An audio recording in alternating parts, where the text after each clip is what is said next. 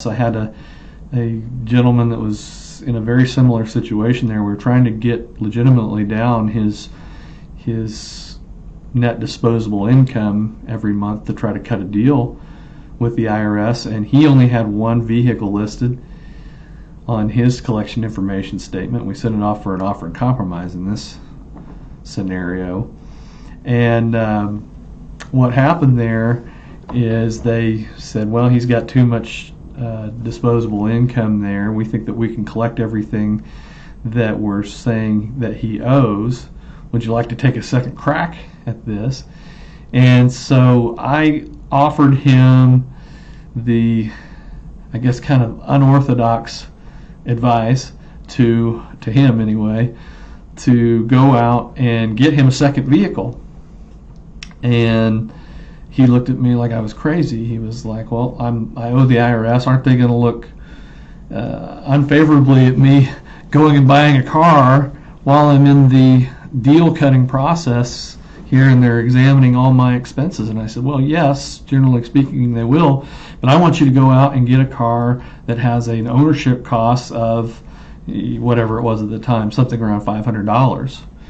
And being the deal maker that this guy was, he was a good businessman. He said, well, okay, I'll go out and I'll get myself a deal, and well, I'll get this thing crammed down. I'll steal this car, basically, get it for nothing, and I will have this second vehicle for you, and I'll get it down to about $200 a month. And I said, no, not $200.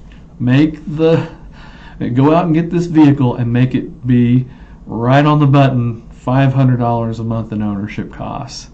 And he said, well, okay, this is against everything I believe in, but I'll go out and fall on my sword here and not get a humdinger of a deal and get it right on the button at $500, which he did. We showed that to the IRS, and lo and behold, we got ourselves an offer and compromise, because we were right there at the national standards, and the IRS would accept that, and not a dollar more or less, really. You might as well go ahead and get legitimate expenses and bump them up to those national standards at the very least, and it can make a big difference. That $500 per month in what your collection potential could be if you've got like 5 years remaining on the statute of limitations there with the IRS, and you're whittling off $500 a month. Let's do the math on that over 60 months.